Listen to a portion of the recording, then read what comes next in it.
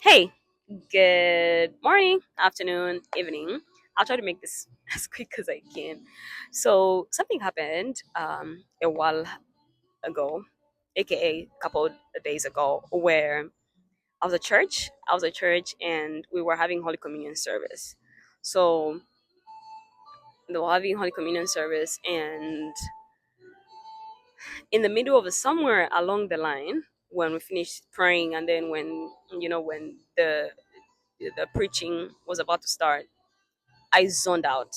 I had had a very bad, stressful week at work. So I was there, like my body, everything was there physically at church, but my mind had wandered off and gone back to work. I'm like, okay, uh, mentally perusing through my clients. Like, okay, that's the first client that I'll reach out to on Monday. Then I shouldn't forget to reach out to that client.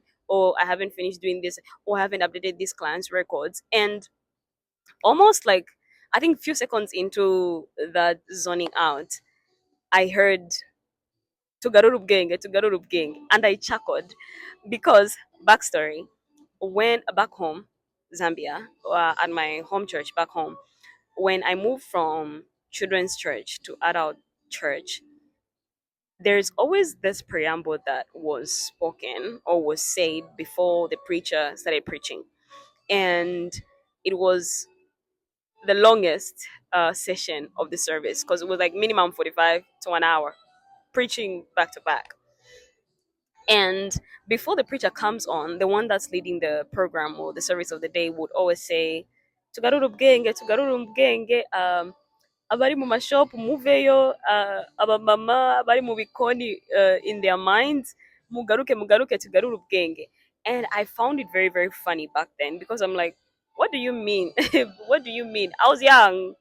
I didn't have a lot of responsibility, so I didn't understand the concept of being in one place and your mind being in a totally different place.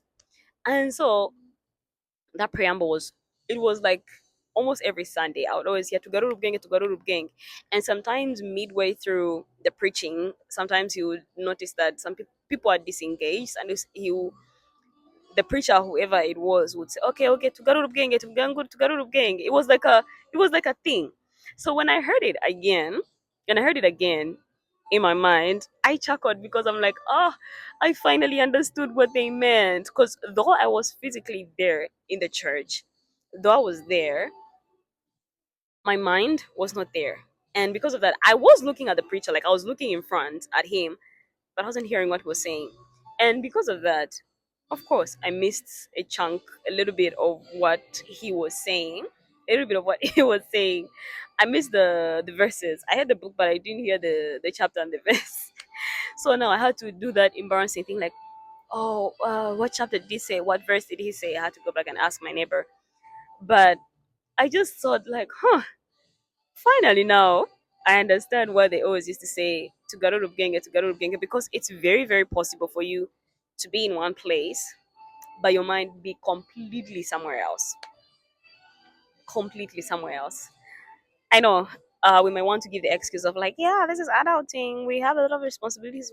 We're always in thinking mode. But when you're not present in a place where you are, it's always like you miss you miss out both where you are and what you would have gotten in that place.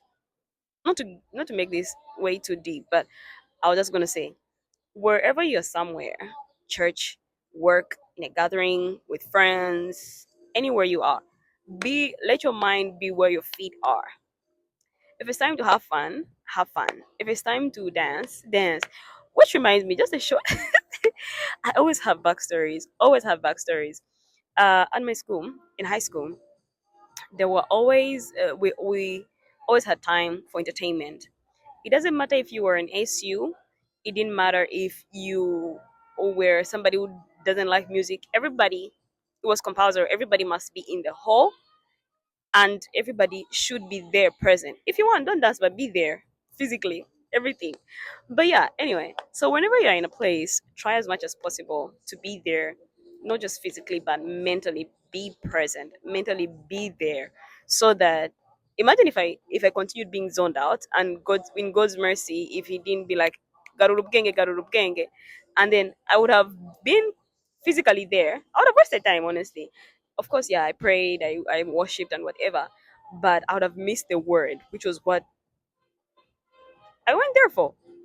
I would have gone back home, wasted 2 plus hours there, and my mind is at work. And when I get to work, I still have to sit down and remake a to-do list. So it's like wasting time twice. So yeah, just be present wherever you are, and God will help us because it's not easy adulting. You're here and you're thinking about yeah. So, but God will help us. I hope you're encouraged and have a good weekend. And Jesus loves you.